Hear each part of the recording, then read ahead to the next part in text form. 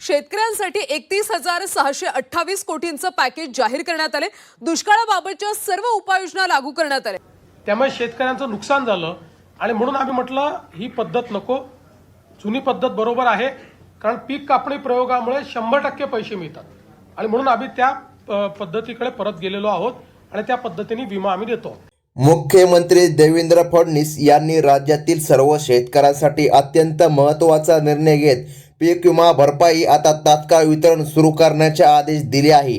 अनेक महिन्यांपासून थांबलेली रक्कम जमा न झाल्यामुळे शेतकरी वर्गामध्ये चिंता वाढली होती। आता ती चिंता दूर होत आहे, कारण सरकारने तात्पुरते आता या ठिकाणी जो काय निधी थांबवला होता तो पुन्हा सुरू केला आहे। आता या प्रक्रियेला पूर्ण गती मिळण्याचं काम मिळत आहे। आज शेतकऱ्यांच्या खात्यामध्ये पीक विमा रक्कम जमा केली जात आहे। तर शेतकरी बांधवांनो, सर्व तांत्रिक अडथळे दूर करून डीबीटी प्रणालीद्वारे पुन्हा वेगाने कार्य आता सुरू करण्यात आले आहे। त्यामुळे पहिल्या टप्प्यातील निधी आजपासून थेट शेतकऱ्यांच्या खात्यामध्ये जमा होऊ लागला आहे। या निर्णयामुळे विशेषतः अतिवृष्टी, गारपीट व ढगफुटीचे प्रभावी भागांतील शेतकऱ्याला मोठा श्वास आता मिळणार आहे। म्हणजे की शेतकरी बांधवांनो, पीक विमा रक्कम अनेक महिन्यांपासून प्रलंबित असल्याने शेतकऱ्यांना कर्जफेड, नवीन हंगामाची तयारी आणि दैनिक खर्च सांभाळणे कठीण होत होते। या परिस्थितीची गंभीरता लक्षामध्ये घेऊन शासनाने तातडीने तोडगा काढण्याचा निर्णय आता घेतला आहे, ज्यामुळे मदत आता शेतकऱ्यांच्या खात्यामध्ये जमा होत आहे। म्हणजे की ज्या दिवसाची तुम्ही वाट पाहत होता तो दिवस आता उगलेला आहे। पहिल्या टप्प्यात ज्यांचे पंचनामे पूर्ण झालेले आहे, बघा, बऱ्याच दिवसापासून शेतकरी बांधव पीक विम्याची वाट बघत होते, परंतु शेतकऱ्यांच्या खात्यामध्ये निधी रक्कम जमा झाली नव्हती आणि शेतकरी वैतागले होते। परंतु आता शेतकऱ्यांच्या खात्यामध्ये निधी रक्कम आज जमा होत आहे आणि बघा, आता या ठिकाणी ज्यांची माहिती शासनाच्या दिलेली आहे, शेतकरी बांधवांनो बघा, आता या ठिकाणी शासनाच्या नोंदीत पण अचूक नोंद या ठिकाणी केली आहे, अशा शेतकऱ्याला प्राधान्य आता दिलं जात आहे।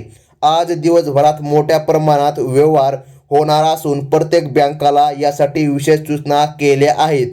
शासनाचा उद्देश असा आहे की जास्तीत जास्त शेतकऱ्याला एकाच दिवसामध्ये लाभ मिळावा। आता बघा, मंत्रिमंडळाच्या अलीकडील बैठकीत पीक नुकसान आणि भरपाई या विषयावर विस्तृत चर्चा करण्यात आली आहे। हवामानातील अचानक बदल, अनियमित पावसाचा पॅटर्न, गारपीट आणि ढगफुटीचे अनेक जिल्ह्यांमध्ये पिकांचे मोठ्या प्रमाणामध्ये नुकसान झाले। यामुळे लाखो शेतकरी आर्थिक अडचणीमध्ये होते। तर शासनाने या परिस्थितीचा सर्वांगीण आढावा घेऊन एक स्वतंत्र मोठा आर्थिक पॅकेज आता मंजूर केला आहे, तो आता शेतकऱ्याला मिळत आहे।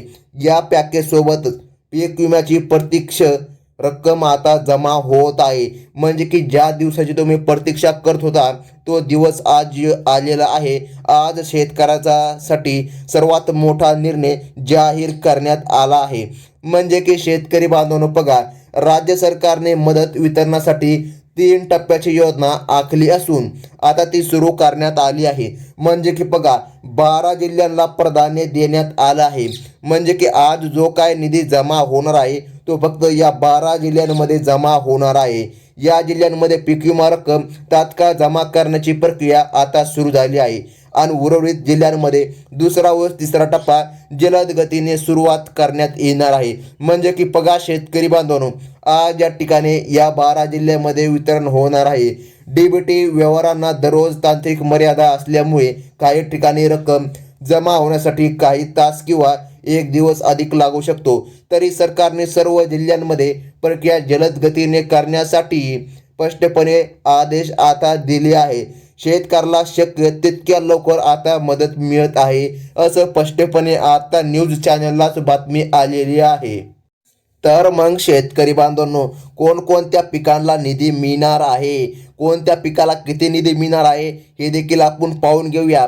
त्याचसोबत शेतकरी बांधवांनो, सर्वात महत्त्वाचं म्हणजे की याच 12 जिल्ह्यामध्ये आज सरकारच्या माध्यमातून निधी रक्कम जमा केली जात आहे। आता बघा, पिकांच्या नुकसानीनुसार भरपाईचे दर वेगळे ठरविण्यात आले आहे. आता भात, सोयाबीन, कापूस, मूग, तूर, उडीद, बाजरी अन्य पिकांसाठी स्वतंत्र मार्गदर्शक तत्वे जाहीर करण्यात आली आहे. नुकसानीचे परिणाम 33% जास्त असल्यास शेतकऱ्यांना पूर्ण भरपाई मिळणार आहे. तर नुकसानीच्या प्रमाणातही शासनाने काही प्रमाण मदत देण्याचा निर्णय घेतलेला आहे. या सर्व निकषांचे परीक्षण जिल्हा प्रशासनाने पूर्ण केले असून महत्त्वाची आकडेवारी अंतिम नोंद प्रणालीमध्ये करण्यात आली आहे. म्हणजे की शेतकरी बांधवांनो बघा, सर्वात मोठी बातमी आणि शेतकऱ्यांसाठी दिलासा देणारी बातमी. भात पिकाच्या नुकसानीचा राज्य सरकारने विशेष उल्लेख केला आहे. काही भागात पावसाच्या जोरदार तडक्यामुळे भात शेती उद्ध्वस्त झाली आहे. त्यामुळे भात उत्पादक शेतकऱ्याला सर्वाधिक मदत मिळणार आहे. त्यासोबत सोयाबीन आणि कापूस उत्पादक शेतकऱ्याला देखील केंद्र व राज्य सरकारकडून एकत्रित आता मोठा आधार मिळत आहे. त्यानंतर तूर, मूग आणि उडीद या कडधान्यांच्या उत्पन्नावरही बघा आता या ठिकाणी मोठा परिणाम झाल्याचे या ठिकाणी दिसून येत आहे. त्यामुळे सरकारने आता निधी रक्कम जमा करण्याचा निर्णय घेतला आहे. बघा शेतकरी बांधवांनो, आज शेतकऱ्यांच्या खात्यामध्ये पीक विमा जमा केला जात आहे. नुकसानग्रस्त भागांमध्ये विशेषतः विदर्भ आणि उत्तर महाराष्ट्र पिकांचे मोठे नुकसान झाल्याचे अहवाल स्पष्ट दिसत आहे. त्यामुळे पहिल्या टप्प्यातील जिल्ह्यांमध्ये या भागांना अग्रमक देण्यात येत आहे. म्हणजे की निधी आता देण्यात येत आहे. कोकण, पश्चिम महाराष्ट्रातील काही जिल्ह्यांमध्ये भात आणि कडधान्य पिकांचे नुकसान झाल्याने त्यांनाही या यादीमध्ये आता समाविष्ट केले जात आहे.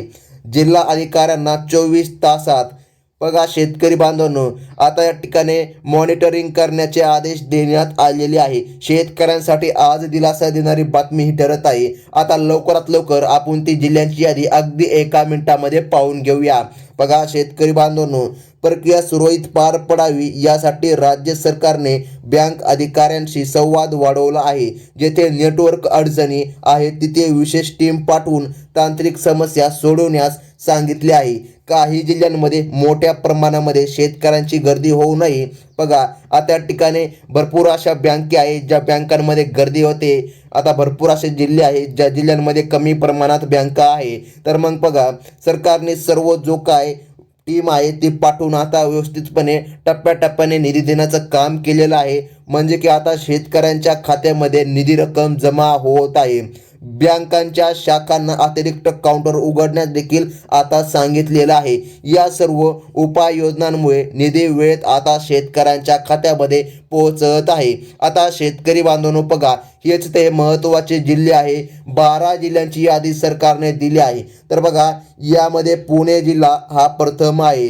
या भागामध्ये अतिवृष्टीमुळे सोयाबीन व बाजरी पिकांचे मोठ्या प्रमाणामध्ये नुकसान झाले होते. तो निधी आज मिळणार आहे. त्यानंतर अहमदनगर जिल्हा बघा, वारंवार बदलत्या हवामानामुळे द्राक्षबाग आणि ऊस शेती पिकाचे नुकसान झाले. त्यामुळे आता अहमदनगरमधील देखील शेतकऱ्यांना निधी मिळत आहे. आता अहमदनगर म्हणल्यापेक्षा आयल्यानगर देखील आपण म्हणू शकतो. आता शेतकरी बांधवांनो बघा, त्यानंतर आहे नाशिक. गारपिटीमुळे द्राक्षे, कांदा, भाजीपाला पिकांचे मोठ्या प्रमाणामध्ये हानी आणि नुकसान झाले. तर मग शेतकऱ्यांनी निधी मंजूर केला. त्यानंतर सातारा, ढगफुटी बघा, आता सातारा जिल्ह्यामधील ढगफुटी मुसळधार पावसामुळे अनेक या ठिकाणी शेतकऱ्यांचे नुकसान झाले. तालुक्यांमध्ये देखील पिके वाहून गेले. त्यामुळे आता मदत मिळत आहे. त्यानंतर 5व्या क्रमांकाचा जिल्हा आहे तो म्हणजे की सांगली.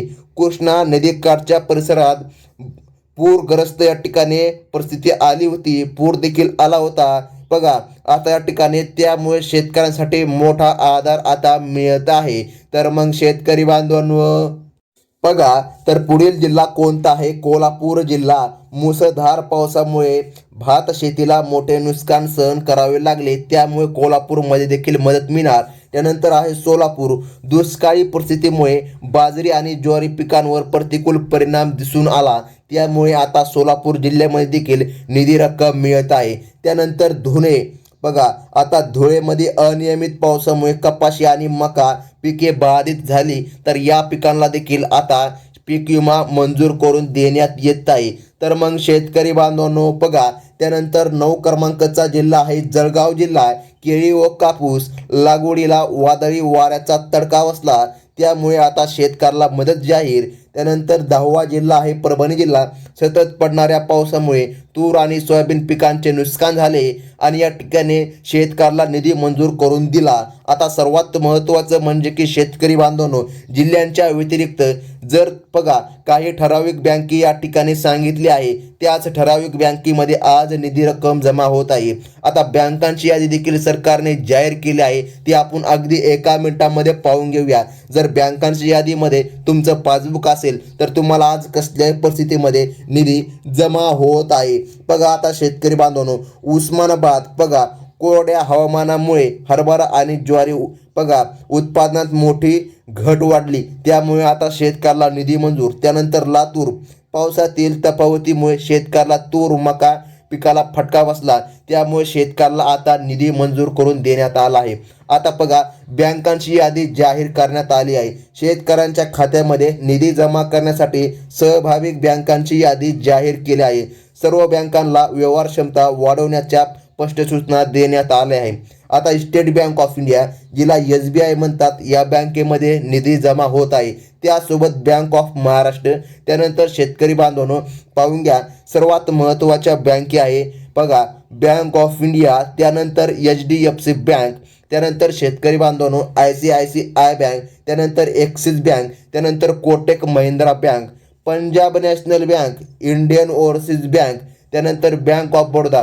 बघा या प्रमुख बँका आहे ज्या बँकांमध्ये सरकारच्या माध्यमातून निधी रक्कम जमा केली जात आहे. डीबीटी बघा डीबीटीच्या माध्यमातून तुम्हाला आता निधी मिळत आहे. डीबीटी प्रणालीतील गती वाढण्यासाठी या सर्व बँकांना अतिरिक्त कर्मचारी नियुक्त करून दिले आहेत. म्हणजे की बघा काही बँक शाखांमध्ये विशेष तात्पुरते काउंटरही उघडण्यात आले आहे.